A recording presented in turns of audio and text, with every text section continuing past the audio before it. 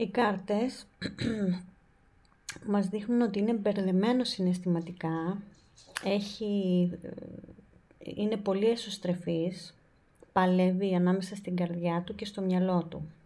Έχει εγωισμό και πείσμα, δεν θέλει να δείξει πόσο τον επηρεάζεις. Προσπαθεί να φαίνεται ψύχρεμος, αλλά μέσα του βράζει. Υπάρχει παρακολούθηση. Σκέφτεται, παρατηρεί, σε παρακολουθεί σιωπηλά, είτε φυσικά είτε διαδικτυακά.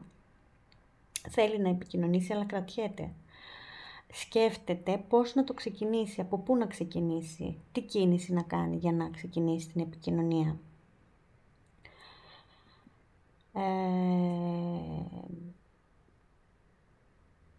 Νιώθει βαριά την πραγματικότητά του, δηλαδή τις υποχρεώσεις, αλλά και την ανάγκη του για ελευθερία και περιπέτεια μαζί σου.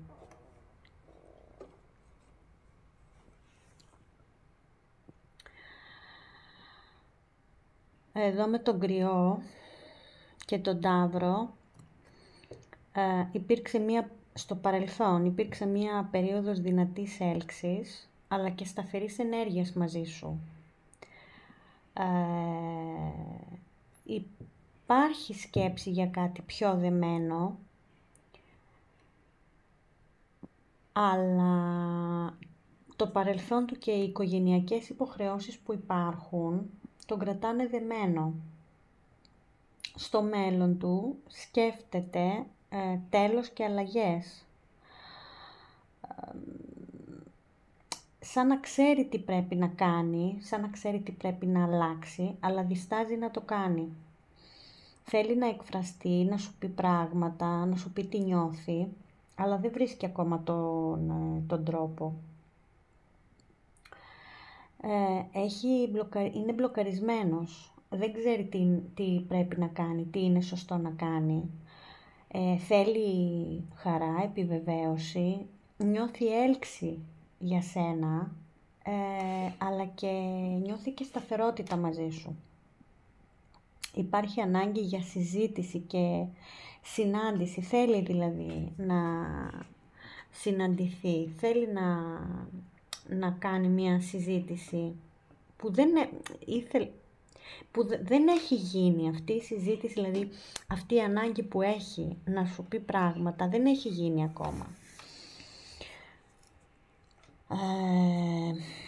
Υπάρχουν αισθήματα και τρυφερότητα, όχι μόνο πάθος. Έντονη επιθυμία για δράση, θέλει να κάνει πράγματα για σένα, θέλει να έρθει προς εσένα. Έχει ξαφνικές εκρήξεις σκέψεων, δηλαδή που σκέφτεται πράγματα που τον μπερδεύουν. Σε σκέφτεται αυτός ο άνθρωπος πάρα πολύ. Είναι μπερδεμένος, πολύ πιεσμένος από τη ζωή του, νιώθει παγιδευμένος, αλλά και έχει έλξη για σένα. Υπάρχει εγωισμός και αδυναμία για να δείξει αυτό που αισθάνεται για σένα. Νιώθει ότι θέλει μια καθαρή συζήτηση μαζί σου, αλλά δεν τολμάει ακόμα να το κάνει. Οι κάρτες εδώ που ρίξαμε πάνω στη φιγούρα μας δείχνουν ότι θέλει να δείξει φιλικότητα, σταθερότητα, να σου πει ότι είμαι εδώ, αλλά δεν παίρνει ξεκάθαρη θέση. Είναι διχασμένο συναισθηματικά. Έχει έλξη και συναίσθημα, αλλά έχει και σκοτεινές μπερδεμένες σκέψεις. Έχει και ερωτική επιθυμία. Επίσης, εδώ στον υδροχόο δείχνει με τη σελήνη, δείχνει ότι έχει κρυφές σκέψεις και φαντασιώσεις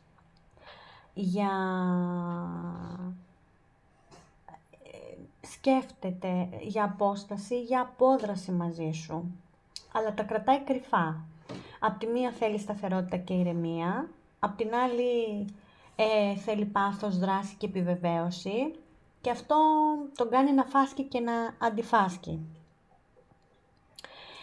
Εδώ πάλι οι κάρτες αυτές με τον ουρανό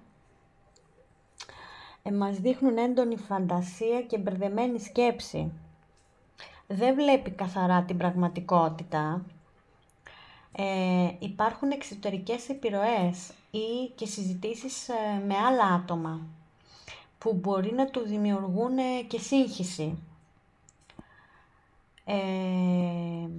Οι κάρτες εδώ μας λένε ότι είναι διχασμένος ανάμεσα στη λογική και στο συναίσθημα. Θέλει να επικοινωνήσει, θέλει ηρεμία, ειρήνη. Δεν θέλει καυγάδες, αλλά δεν ξέρει πώς να εκφραστεί.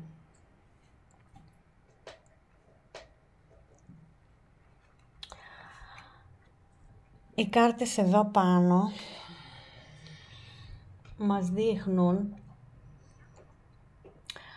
ότι υπάρχει ελπίδα και έλξη.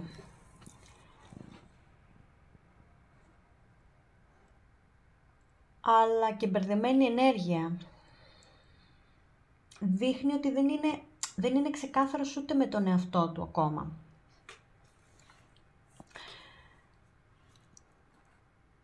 Προσπαθεί να ισορροπήσει τις καταστάσεις και να μην φανεί άδικος, αλλά μέσα του νιώθει πόλεμο. Εδώ με τη γυναίκα και αυτή,